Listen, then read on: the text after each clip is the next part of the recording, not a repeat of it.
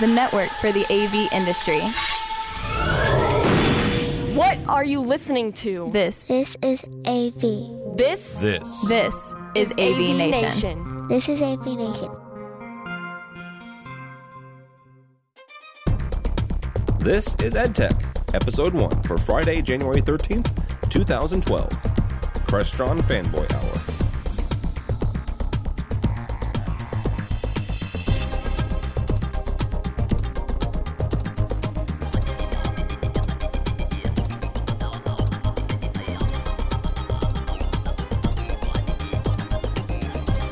Welcome to EDtech, the AVNation production for and about audiovisual in the classroom and education.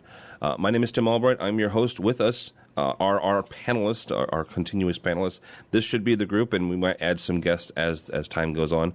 But these are the guys. First up is Matt Silverman. Matt is the manager, Learning Space Design at George Mason University. Hello, sir. How's it going, Tim? Good. Also with us is Scott Tyner. Scott is the Assistant Director of User Services at Bates College. Hello. Hey, Tim. Thanks for having me. Sounds like it's going to be a fun time. Hopefully. That's the idea, at least. I don't do things if they're not fun. So, real quickly, we'll go around the horn here, and we'll start with you, Matt. Give us some basics of not just George Mason, but how you've gotten involved in AV in higher ed. Sure. I guess I came in from kind of an interesting path. I was not an AV guy to begin with. I was actually an IT guy. Like most people, I got involved on the event support side. They wanted to set up some computers, and a couple of computers became computers and projectors, and then we built a classroom building. And the next thing I knew, I was designing classroom systems. So I've actually been at this for about a little over 12 years now at George Mason. And it's been an interesting time. I've done, all sorts of different product. Recently got very much into the digital stuff. That makes sense, though. So because of your IT background. So. Yeah. Scott, what is your history? Much like Matt's, actually, I started out in the IT world. Came to Bates after being the director of information technology at a private high school here in Maine. And I remember my first day, somebody told me that it was mentioning a mic level signal, and I was like, oh boy, I don't even know what that means. And I thought I was in trouble at that point, but I've come a long way since then. Interestingly enough, the education part for me is really what interests me. I have a degree. I was going to be a history teacher is what I planned on doing, and didn't get a job doing that, and ended up in IT, and now here I get to still work in education a little bit at least. That's kind of an interesting path, though. It is. My life, my wife, my parents, everybody has been in education. I'm on the local school board here where I live. So for me, the education aspect is really the exciting part of it. Yeah. My history is I come from the broadcast world. I spent a number of years in both radio and television, and came back to my alma mater, a community college, Lewis and Clark Community College, just outside of St. Louis. And I came back, and my job was really kind of classroom support, and that has kind of morphed over the years into Crestron programming and classroom design and support. Not just classroom, but also other banquet facilities and stuff like that. So that's kind of my education and stuff. And now I'm going back and getting my master's, so we can do other cool things in the classroom. So today we're going to talk about UltraBooks. The Crestron classroom capture device is finally up and running, and Pico projectors. But first, not to make this a Crestron fanboy show, because that's easy to do for me. And I know it is for you too as well, but they call it cash, get cash for analog trash. And a buddy of mine, Johnny Moto, coined the phrase "bring out your dead." That can coin. He borrowed from Monty Python, but said, Crestron's "bring out your dead," which is kind of a little apropos, because what they're saying is, hey, give us your tired, your broken down analog pieces of equipment. And in some cases, not all, in some cases they're going to give you full retail price. And in most cases, though, because the equipment is probably going to be used and probably going to be too old, they'll give you something. And all they're asking you to do is purchase their digital media stuff. Matt, we'll start with you. Is this something, will this get people to migrate now? Oh, yeah, I'd say it's absolutely fantastic. I wish it was around about 2 years ago when we started with digital, because, boy, we spent a pretty penny on that. I know with everyone in the educational world, having anything you could take off the top, a discount program, which a lot of us use with different vendors, or if I can even get $1,000 back on a $15,000 system, that's huge.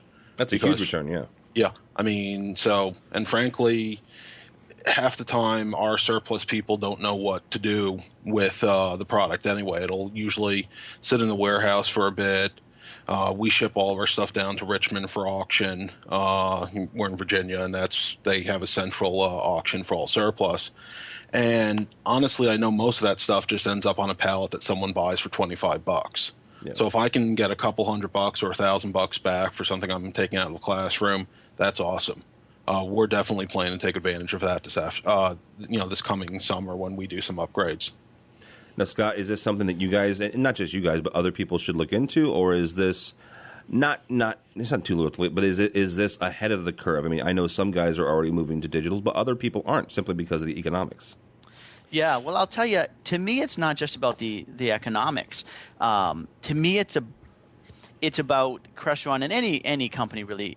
They want you to move to this, right? Because it's how they're going to make money. They're going to sell a lot more products. It's their newest product line. Yeah, and the fact of the matter is, I look at a college like Bates, and I've got to imagine that other colleges are the same.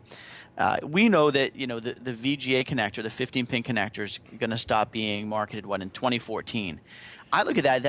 That means me at Bates, I've got 4 years beyond that, 5 years beyond that, where I'm supporting VGA. Mm-hmm. So for me, the world is turning digital, but I got 7 or 8 more years where I've got to support analog. And I think that they really want to push us into it, and they allow you to bring analog stuff in, and this is really one of their ways. I think marketed at those of us who are technology managers who really drool when we see this DMPS 300. Yeah, about that. That's shipping finally. And I am so jealous. We were talking off the air. Matt's already got his hands on one or two.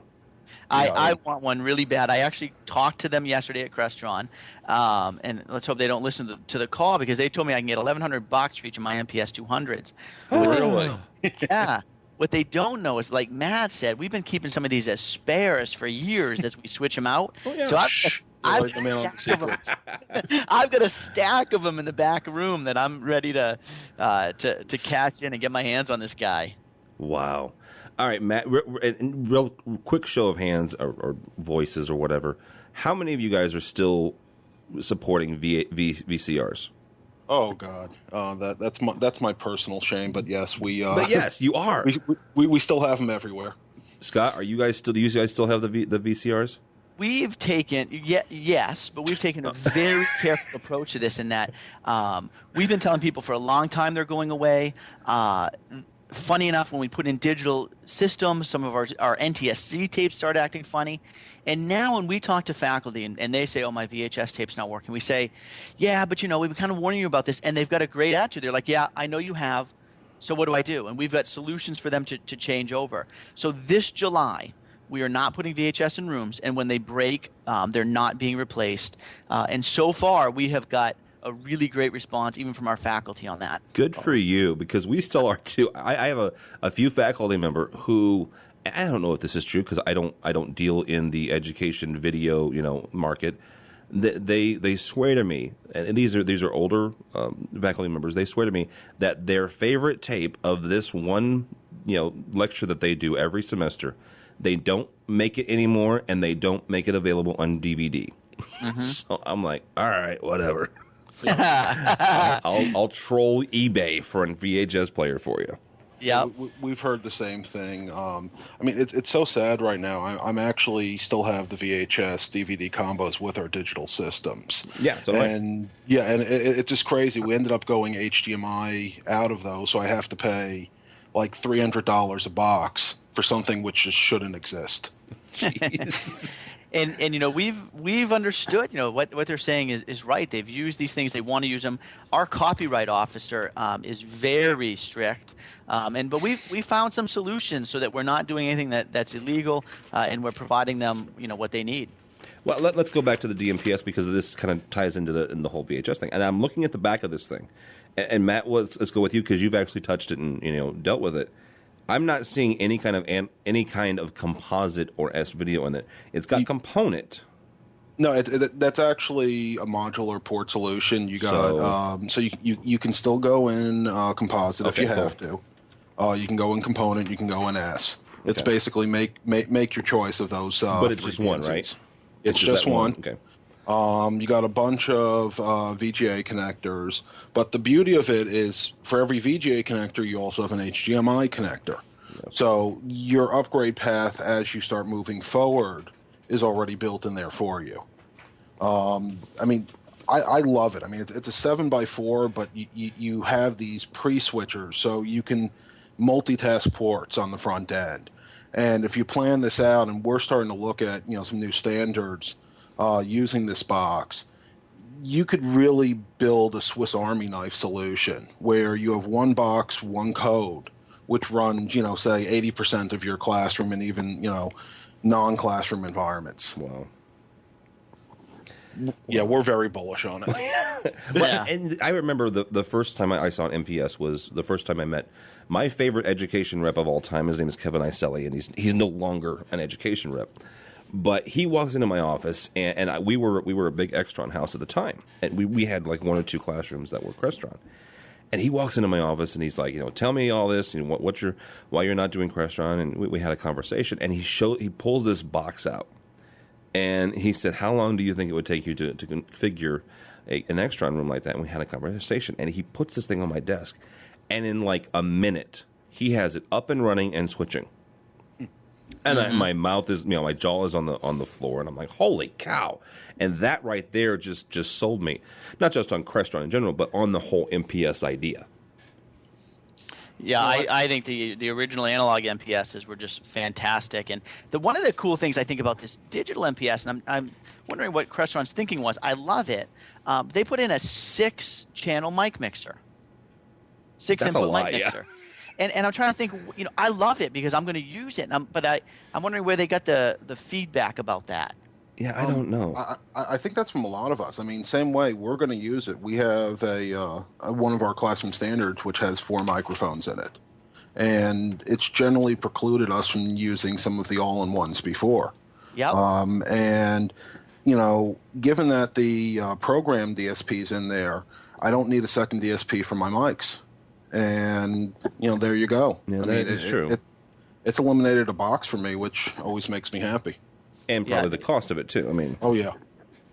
That's one thing is we don't have a whole lot of 3 or more microphone installations unless you're talking about a banquet hall, at least for us here. If you're talking about a lecture hall, for us, you're talking about a handheld mic and then a lav. And that's pretty much kind of what we do. So that is interesting. You're listening to EdTech. With us is Matt Silverman from George Mason University and Scott Tyner from Bates College. Matt, we'll kick this one off with you because you're the one that's really excited about it. I just heard about it from you. It's the UltraBook, and in the comments you gave me, you said this is what the netbook should have been. Why is that? Oh, it's Intel's new push. It's basically a MacBook Air on a PC platform. So it's ultralight. It's effective. It's something which I see faculty are just going to run to. I saw an article, I saw a couple of press releases where Intel is doing its biggest press push on this since 2003. They're going to be putting hundreds of millions of dollars into marketing this, and it's based on a real processor. I don't know if you guys played around with the netbooks with the Atom processor. You try to run 2 apps at the same time, and that's all she wrote. This is going to use their core processors, but they're ultra low voltage, so you're still talking 7 to 8 hours on the devices. Price point, they're targeting the 13-inch ones at sub $1,000. You're probably talking $800 to $900. I think something like 50 to 70 models were announced at CES this week. So it's going to be just another wave of laptops. That last group who was holding out from having the laptop they carried everywhere, or the person who's lugging around, the 8-pound behemoth, I can see really jumping to this. Faculty, I think, will jump to it first. For people who've had netbook programs, there may be some serious consideration. Is this a better, product, than your netbook? Also, for a college who wants to implement the laptop program, this is at a great price point, between a netbook and that, sub $600 price point, but a full-blown laptop, which is still in the $12 to $15, $100 price point.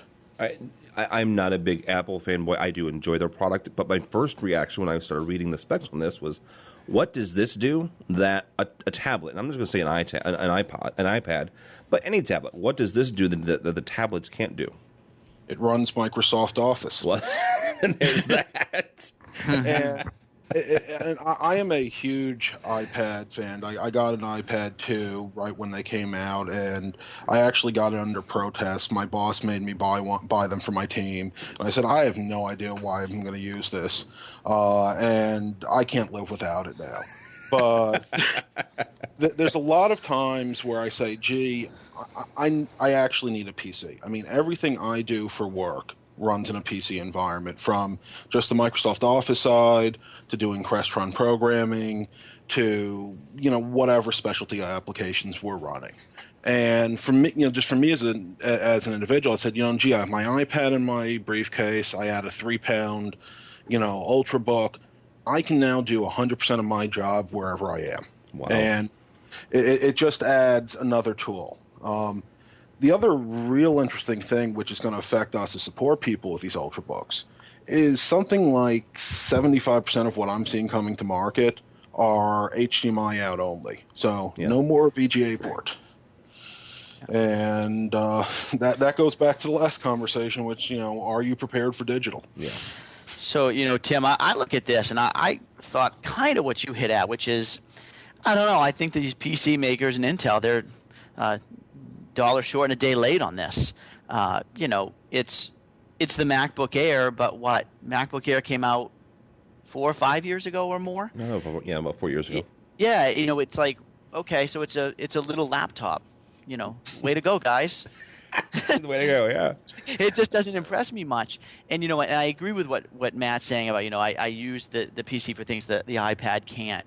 But what we're seeing here at Bates, and I think there's different cultures at different schools. Our faculty do not carry their laptops around. They just don't do it. And I don't think it's got to do with weight. I think it's just got to do with, it's just not what they do. So we've actually started giving them desktop computers. And so we say, if you can't do something on an iPad, get a desktop computer. We'll give you that and an iPad. And so now, that iPad's your traveling tool, your desktop computer's your power tool, and that seems to be working really well. I look at it and I say, I don't even use Microsoft Office anymore. Yeah. I use Google Docs all the time. I don't know the last time I opened Microsoft Word or Excel, unless it was to open a file somebody else sent me. Everything's Google Docs. I do it right from my iPad. So I don't know. I think that they're not envisioning what it's going to be going on in a year or two from now. Well, Scott, I think you hit on a really important thing there, which is the level of enterprise support you have for any tool. Obviously, Bates is supporting the iPad at an enterprise level. George Mason is reluctantly thinking about iPads at an enterprise level. We have kind of a couple of us managers in IT who have been thinking about it and helping users, but I won't pretend there's any level of enterprise support. Where you have a problem with a laptop, we have a whole team who can assist you with that. Yeah. Yeah. How do you? Not that this is a technology or a IT show, but how would you go about supporting an iPad because of the nature of apps and how they're paid for and how they're, how does that happen? It has to be a nightmare. Yes. It is, and I'm not sure yet. And again, like you said, it's not an IT show. I'm not an IT guy. I don't support them. I do know a couple of things that have irritated me a little bit, and a couple of things that we need to figure out. And I'll give you the example that relates to AV. I've got Crestron Mobile on my phone and my iPad. Mm-hmm. I've got about 20 rooms that I connect to with that for various things. I've got 3 people that work for me, and every single one of them have got to go put in the same configurations on their phone or iPad that I did. I can't just give them a config file that Crestron Mobile uses. What a pain! Is that a Crestron issue? Or is that an iPad issue? It's a little bit of both. Yeah, exactly. I would think you should be able to. I don't know if you make it in VT Pro E, which is the graphic software. If you don't know Crestron, that's the graphics software you use to make the pretty interface. You should be able to load that up, shouldn't you? So you can. So what you're doing on the iPad or the iPhone is you're downloading what they call the manifest file, and that's cool. But what you've got to do is you've got to get in and say, here's the IP address of the processor, here's the password, here's the file, and they've got to do that every time. Of every single box. Every single box, yeah. And so if Crestron gets into the iCloud, like Pages has done, now we might be able to do some of that. Well, and realize Crestron, though's intended market with the iPad and the iPhone was residential. So you're but talking, they had to know. Yeah, like Crestron always thinks about the enterprise when they roll out products. Well, not enterprise, but you had to know that guys like us and guys like the government, IT and technical managers, and those are two guys, two groups, both education and government end users that Crestron caters to. I mean, if they do nothing else, they cater to those two groups. I mean, for crying out loud, almost every trade show, they have a special meeting for those separate groups. So they had to know that, didn't they? Maybe not. I like Crestron. I sometimes think that they sometimes cater to us. They don't always listen to us. Okay. Well, I think it's part of what Crestron, I think, is having a little hard time with, which is realizing they're now an IT company. Take a look at Apple. Apple hates the enterprise. It does not build any of its products to scale in, anything larger than a lab environment. But they acknowledge that. I mean, my rep has said it in nicer terms than that. My Apple rep has definitely said that. Similarly with Crestron, they've been trying to make this transition to, an IT, company, where they're doing a lot more software. And with that, I think it's just the culture change and realizing, it's no longer one room, one box times 100. It's an environment of 200 control processors that need to be managed coherently. And I think that's in a single place. Yeah, and I think that's a big corporate challenge for them that I think they're starting to get on. And that's actually a really good point, Matt, because look at the changes that RoomView, which is their asset management software, has gone over the transformation it's gone through over the last 5 years. Yeah, absolutely. I agree with that. They've come a long way with that, and they've got even bigger goals than we see right now with that. Since we're talking about Crestron, what the heck? We'll continue on. Their Capture HD, high definition capture recorder is finally shipping. It's up. It's going. Scott, we'll start with you. I think all of us saw this at InfoComm in Orlando this year. What makes this different or special than anybody else's lecture capture? Well, I tell you, I love this thing, and I have been emailing my rep once a week since June saying, dude, when can I get a hold of it? When am I going to get a demo? And I got my first ones just a couple weeks ago. I think some of the first ones they shipped out. What makes it different? I mean, I think everything makes it different. When we looked at class capture here at Bates, the first thing we said is it's got to be hardware-based. I do not want to be running a recording on the PC that the faculty are teaching on or that an event's being run on. There's just too many issues. And we looked at some that do that, and we didn't like them at all. So it's hardware-based. That's the first thing for us. The second one is, well, there's two other things. Number one, it's fairly cheap if you look at some of these other products. We looked at products that, you're talking over $100,000 just to get into, and it gives you 5 or 6 classrooms. And they're per instance and all that jazz. And yeah, and then so a lot of people look at it and go, a couple $1,000, that's not cheap. It is cheap. And if you look at the other products, you'll see that. So the other big thing for me is that it doesn't make you buy a server, and it doesn't make you do the management the way that company wants you to do. And it doesn't only fit in with, one learning management system. It's really simple. You pull out a USB stick and you've got a video and you do whatever you want with it. Yeah. So those are the things to me that I think are fantastic. Matt, were you guys already doing lecture capture, or is this something that you guys can move into? Lecture capture's been an interesting thing at Mason. We've actually been trying to find the customer.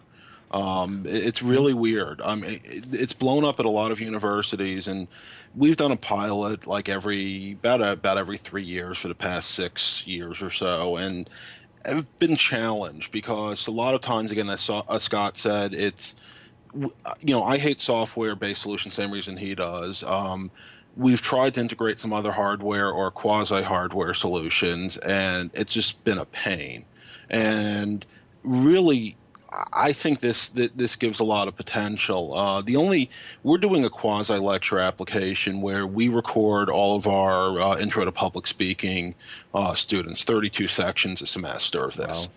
And it's not every speech they give, but they have a evaluation where they have them do 2 speeches, one I think like at about 5 weeks and one at about 12 weeks, and they benchmark it. I was just so frustrated with a lot of the lecture capture solutions in the market. I actually built systems which are video conferencing based because that's where we excel. Mm-hmm. My price point per system was ridiculous. I mean, I'm buying, Tandberg codecs for that. We have a Tandberg back end, which is awesome. And it's fantastic. It does exactly what they want. It's easy to use. All the faculty member has to do is walk in and put a 4-digit PIN, and they're good to go. Yeah, I'm not grousing at the fact that it's Tandberg. I'm grousing at the price tag I'm sure you had to spend. Oh, yes, it was painful for us as well. I don't want to, I don't want to say like we did this lightly. No. It came down to the fact that we're really good in doing video conferencing integration. So we went to our strength. Yeah.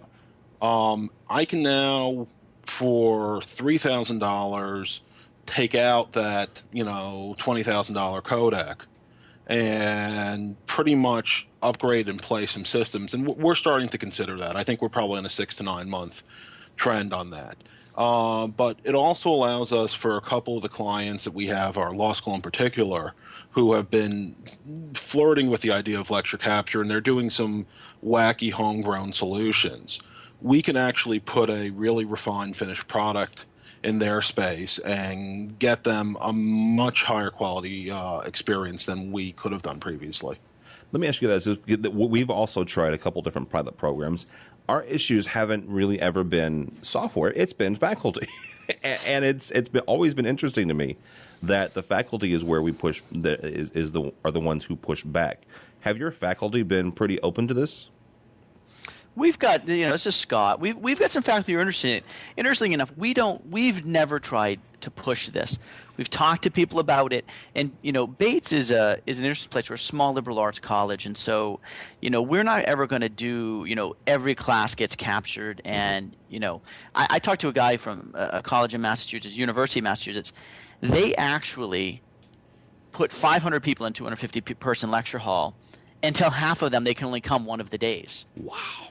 So that's when you're doing that, all of a sudden $100,000 system makes a lot of sense. Yeah. Just think of all the money you just made there. We're never doing that. We talk to our faculty about you have students who maybe during the swine flu, for example, who are out and you don't want them in class. You can record a class then. Our math or biology professors who do long, elaborate demonstrations on a board or on a document camera. What if you recorded that and next year you tell your students, watch this before you come to class this time.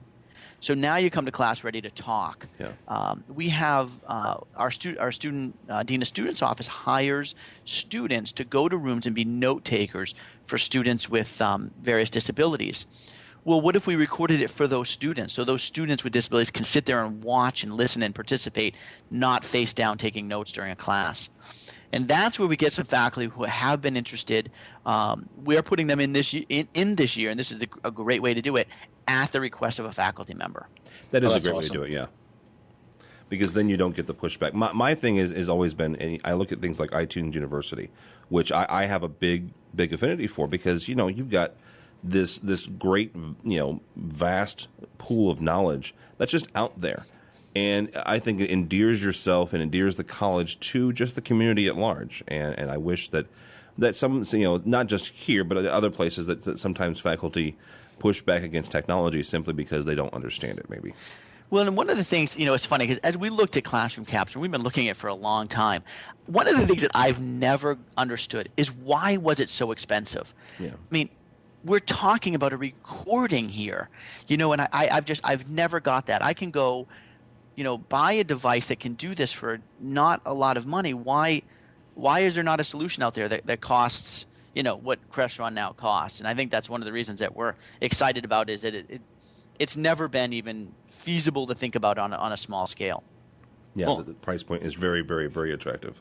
I think it's the same thing, and I've often wondered the same thing about video conferencing. It's the entrenched people are so entrenched, and they're making so much money that until someone comes in and wants to be disruptive, you're just not going to have any reason for them to lower the prices.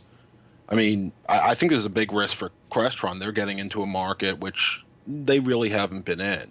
And I haven't had a chance to play with their back-end software, but that will be the real test, I think, for a lot of people who are the well-established lecture capture universities, if that works. But, yeah, I mean, I think this is going to be great. That's a good point. I would like to talk to someone who's been doing this for a number of years with other solutions and see how they view and what they think of this solution. Right. I think depending on who you are, if you're this school that I was just mentioning, that back-end solution is incredibly critical to you. Whereas a school like we're going to use it, it's actually somewhat of a hindrance. Yeah. No, I know some people, I mean, when we were looking at this at one point who were using like Sonic Foundry, and we were looking at the Sonic Foundry appliance, I want to say something like $50,000 or something like that for, just to buy their one appliance. And this is a couple years back, so I don't know what their current pricing is. But the answer I got when I talked to people who were using it is it just works. If we could anything we need to do, we could just make it happen day one. And that's what you get for $50,000. When we did our first pilot, we chose something about at the $25,000 point. And I can tell you for a fact it didn't just work. Yeah. So, well, and that's kind of like the Apple attitude, Yeah, it costs $2,000, but it just works. So. Yeah. Well, that's the thing, right? Because Apple is a software company, and I think that's one of these weird things that Crestron's going to have to look at this. They're a hardware company. They got into software with RoomView. Are they going to get into software with this? Yeah. Or are they going to let you figure it out on your own? Yeah, they're going to have to a little bit, though. I think they just released, like this week, the RoomView 8.5. Yeah, which has Fusion. their first Fusion update, and it has the back-end workflow to do transcoding right from the box. That's cool. Now, I don't know how it works or if it works, but it's been released. Yeah. So. Very cool. All right, we're going to get off Crestron here for a little bit. You're listening to EdTech with Matt Silverman from George Mason, Scott Tyner from Bates College. HD-based T is something that's been around for a while, and we're going to get into it just for real quickly. Talk about kind of what it is and who it is, and maybe a larger question of whether or not we need, as technology managers, if we need to start working with our designers or if we design them ourselves, start installing stuff like this, or should we worry about the cabling more? Matt, we'll start with you. Kind of give an overview of what HD-based T is and what it, I guess, how it works. Not necessarily how it works, but why it's important Sure. for education guys. HD-based T is a technology I've been following, I guess, for about 2-3 years now, I guess really since it was announced. And I think it's fantastic. It is digital video over a single category wire up to 100 meters. So basically long haul HDMI, DisplayPort, or whatever on a standards level. I mean, Crestron has digital media, AMX has their solution, Extron has their solution, but this is a truly interoperable standard. So the idea would be you could have anyone's endpoints and be able to use it. The big thing which I saw from HD-based T lately is they've released their first certified products. There's only 3 on the market right now. Yeah, and 2 are from Geffen. Sure, yes. But it's still huge that the first certified products are coming out. Most of this is based on a chipset by Valorans, which is the company that makes the internals. But the interesting thing to know is both AMX and Crestron are using this chipset in their products as well. So I would figure if they wanted to flip the right switch in their firmware, at some point, their product lines, their long haul digital product lines, could become certified or compatible. And I really like the idea of, as much as I love Crestron, and we've had the Crestron fanboy hour going on here. I love the idea of open or quasi-open standards for products. Well, the interoperability is as open as we can get, and yeah, I agree with you. That's awesome. And pretty much what this means is you need to run Cat 5, Cat 6. I would recommend Cat 6 just to make sure you got a slightly better grade of cable anywhere. And now this becomes your solution to, how do I get HDMI to a projector? I've seen some awful solutions where people try to fish, a 45-foot HDMI cable down a wall, and I just cringe. Yeah. And it really becomes a great solution to, if you have to do that super low-cost install, or you just have to find a way to get a signal from one place to the other, this is awesome. Yeah. Scott, do you like HD-based T? I'm with Matt on this. I like the interoperability. I like being able to pick and choose. Because sometimes, as much as we all love Crestron, sometimes the solution just isn't there, or they don't have a product for the need that we have. So I like running all this stuff and saying, okay, this is my standard for cabling or infrastructure. My endpoints may change, but this is my cabling standard. I think I'm going to tell you a little bit here that tells you that I haven't been paying much attention. I didn't really know anything about HD-based T, to be completely honest with you. I had to do a little bit of homework here before this show, and I was a little embarrassed about that. I think it's fantastic, and to think that the connection is going to be RJ45. We can pass all this stuff over Cat 5 or Cat 6.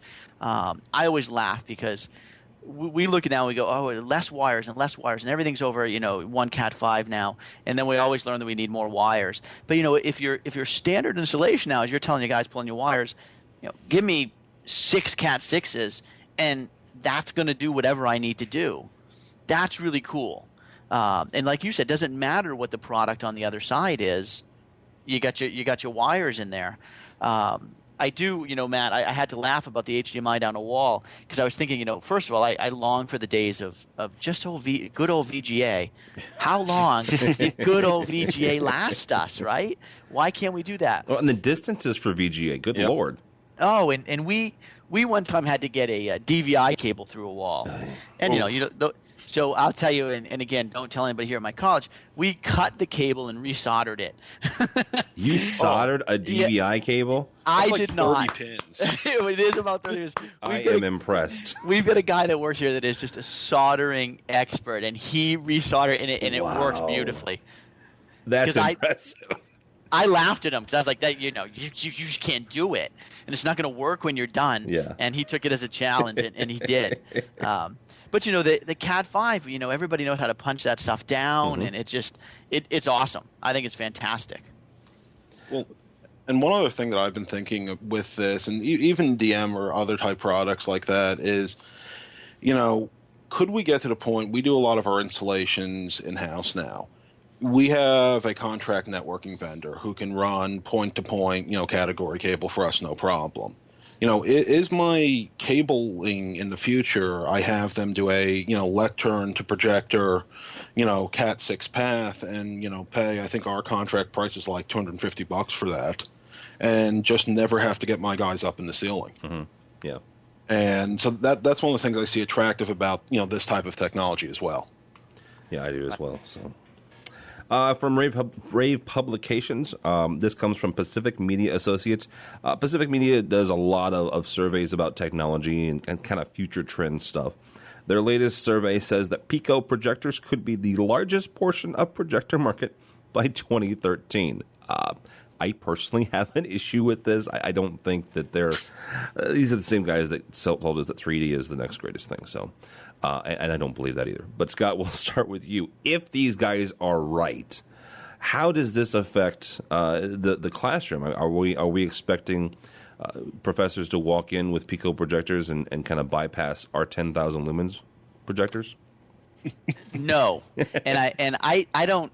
I don't want to pick on anybody, but I think Pacific Media Associates may need to look at the people they're polling. Yeah. Because I laugh at it. I don't see any use whatsoever for a Pico projector. I think maybe if there was a projector in my iPhone, I might sit at home with my parents and show them a slideshow on a wall. And until the day comes, I can walk in with a projector that's the size of my iPhone, just throw it on a random table. It decides where to project on the wall, fixes the keystone, and like you said, is 6,000 lumens, and gives me at least a 1024 by 768 resolution. I don't get it at all. Yeah, I don't either. And Matt, we'll throw this to you. Is this? I don't know. I think it's silly, but what do you? Yes, think? I think silly is the right word. No, I'm seeing very little application. Your resolutions aren't there. Your great 50 lumen, I think that's the brightest one that's on the market right now, Pico projector. Turn off all your lights, huddle in a corner. I mean, maybe, it's like a bunch of kids having movie night under the blankets or something. Yeah. Let's go into the closet to watch this PowerPoint presentation. What the heck? It was like that viewfinder we had when we were kids, or when the rich kid on the block had the viewfinder that showed it on the wall, and you got to go with it. All right, you listen to Ed. Yeah, but the 50-watt light bulb is probably brighter than the Pico projector. Yeah. Although I will tell you, 2-3 years ago at Infocom, I saw a demo from Texas Instruments of an LED Pico projector. But again, just like anything else at a trade show, it was vaporware because I've never seen it since. So this is EdTech with Matt Silverman and Scott Tyner. This comes from the Chronicle.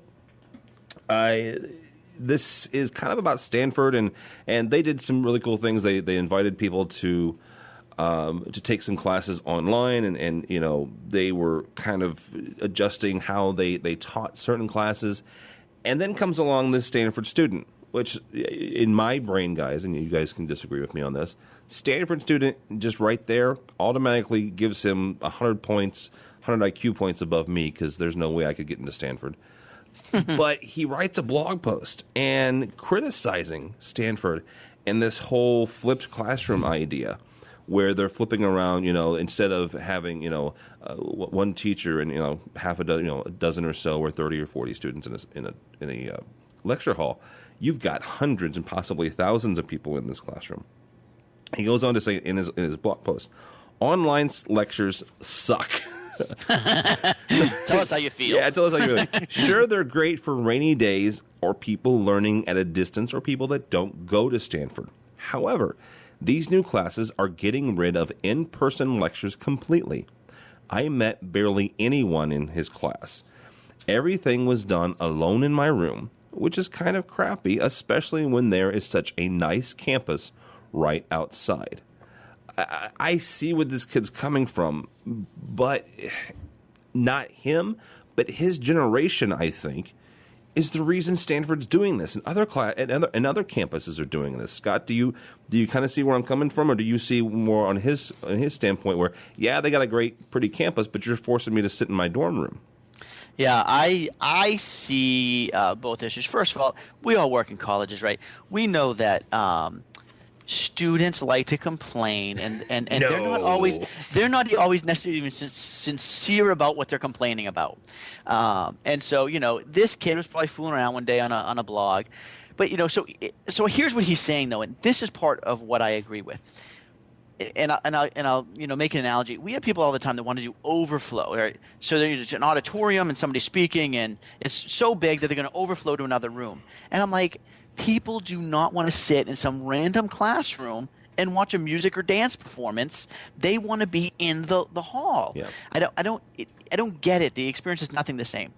Now, with that said, I think that flipped classrooms, distance learning, online lectures are, without question and doubt, the thing of the future. And when you talk about education, you talk about a monstrosity that does not like to change or move, whether it's from kindergarten to graduate school. Yeah. It's been doing it this way for a long time, and it likes how it does it. But I don't even, so I think distance learning, I think the flipped classroom in the right circumstances are absolutely fantastic. And, when you've got the Chronicle writing this article, and they're even saying that, Stanford's saying the kids that took either one, they're doing the same. They kind of achieved the same. It gives some credibility to it, in my opinion. So, Matt, is this somewhere where we need to give the students the choice, maybe? I mean, because I am a big fan, just like Scott, of distance learning. It gives people that don't have access to it or don't have the time to finish their degree. Whether you're a single mom who's working 2 jobs and the only time you have to go to class, quote unquote, is between midnight and 5 a.m., well, then, distance learning is great for you. Or you're a soldier trying to finish up your degree overseas. But maybe on campus, you give the kids a choice. I mean, I'll say from a personal learning perspective, I really feel where this kid is coming from. I actually participated. Stanford did this kind of free course on this machine learning. They also did a database course. And I signed up for the database course, and I got about 1 or 2 lectures into it, and then life took over. Yeah. But you know what? For a free course, and I mean, even for distance ed, it was great. But if you're paying for the traditional campus experience, the traditional undergrad experience, I would hate to be forced to be in an online-only environment. I guess what it doesn't say here is if he voluntarily was in the section or not. But I think Scott's right. I mean, I think in the next 10 years, what traditional education looks like will change. There's so many disruptors in the field. And we're going to see more of this. So, yeah, it's definitely coming and something we're going to have to support. Go ahead, Scott. I was just going to say, and the game changers are things that change it instantly. And I completely agree. This kid or his parents or, maybe not, maybe he's going to grant, but somehow Stanford's getting money for this kid to be there. And again, my analogy of if I pay $100 to go to a concert and they put me in some room down the hall as an overflow, that ain't going to please me very much. Yeah. And I can see with this kid, however, somebody's paying for me to come to this college, I want to sit in a room. Then, if that's what the expectation that was set was, he should be able to sit in that room. But let me ask a question here, because I don't know about you guys. I know of some universities who actually charge more for online classes. So whether or not this kid was charged more or less is I don't know about that. So is this the point where we go, okay, if you want to take an in-person class, it's going to cost you more because we have to do X and Y and Z, and we have to, make a room available, and we have to heat that room, and electricity is involved, and all that jazz? Yeah, I mean, I think, it's so hard to read because I can tell, a place like Bates, we're not going to change. We're not going to do online learning, and I'm saying that in the next 10 years, it's just not going to happen. It's not who this college is. But I do think that there's what's going to happen is there's going to be a validity to it that doesn't exist right now. This idea of get an online graduate degree, a guy who lives up here in Lewiston, Maine, and the nearest graduate school is 3 hours away. That makes it really difficult to get a graduate's degree. Mm-hmm. So I think we're going to see a validity to it, and I think that even this article, a lot of the things that you read now are saying that this stuff is it's working, and people are actually getting educated. I think that you might see this college in Massachusetts that I told you about. If they might get to a point where they say, if you don't want to do at least that flipping thing, you come on Tuesdays and you come on Thursdays. Well, now you need to pay a premium, just like you do in a bank if you want to talk to a teller. Yeah. Don't give these administrators any ideas. All right. Well, that's all the stories I have, guys. Do you have anything else or anything you want to promote? Or anything? Actually, one thing I do want to say is the way I met both Scott and Matt is through the Infocom Technology Managers Council. And Matt, this is kind of putting you on the spot, but I want you to kind of talk about that because you are our leader for that. So talk about how people can get involved if you are a technology manager, whether that's your title or not. If you're involved in classroom AV, that's kind of what you are. I guess I've been the cheerleader. Scott's actually our council chair. Yeah. But I've been involved now. Did I say Matt's the council chair? I'm sorry. Yeah, Scott's the council chair. Scott's our leader. That's all right. The other day I called Bradford Ben and Brad Grimes the opposite names, so go ahead. So, Matt has always been a big cheerleader. There's several of us that are cheerleaders. I think one of the things that we've always tried to do with the Technology Managers Council is make sure that we are we have a standing in Infocom. We recognize Infocom's, is the trade group for the industry. We need to be part of that. We want to be part of that. And so we've worked to do that. One of the things we did this year is start up a webinar series. Matt did one. I did one. We found how difficult it is to do a really good webinar that educates people. One of the things we're working on right now, and actually I'm not sure when there's going to be a changeover in chair at some point, but one of the things that we're working on right now is a Technology Manager Super Tuesday at Infocom. Big fan of this. Yeah, I think it'd be really cool. And what we're focusing on, what are the ideas going to be right now? What are the topics going to be? Who are the speakers going to be? We're open to hear about that. But I think it's one of those things that tells us.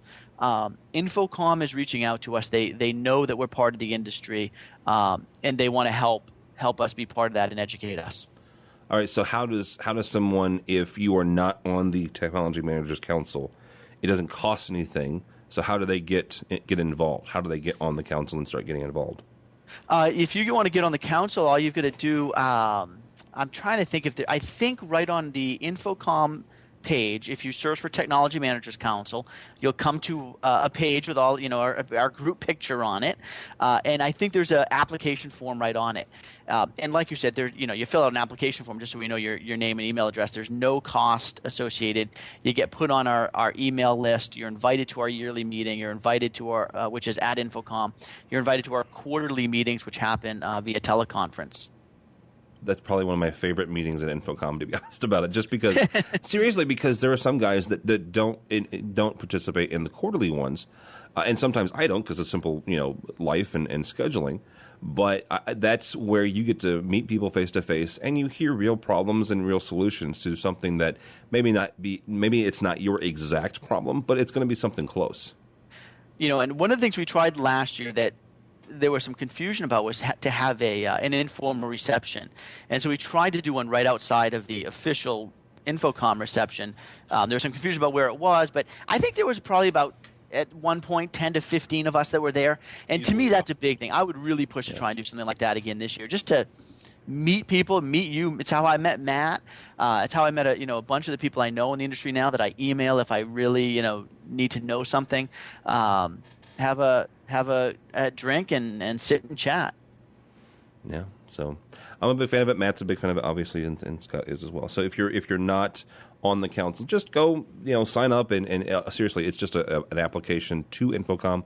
They pretty much just verify that you work for a college or not even a college. Technology manager doesn't have to be education guy, but most of us are in some way, shape, or form. So. Yeah. All right, gentlemen. Thank you very much. Matt Silverman has been with us. Matt is the Manager of Learning Space Design at George Mason University. Thank you, sir. No problem. And also Scott Tyner. Scott is the Assistant Director of User Services for Bates College. Thank you. Thank you for having me. It was a good time. All right. My name is Tim Albright. I'm from AVNation and also work at Lewis and Clark Community College just outside of St. Louis. That's all the time we have for EdTech.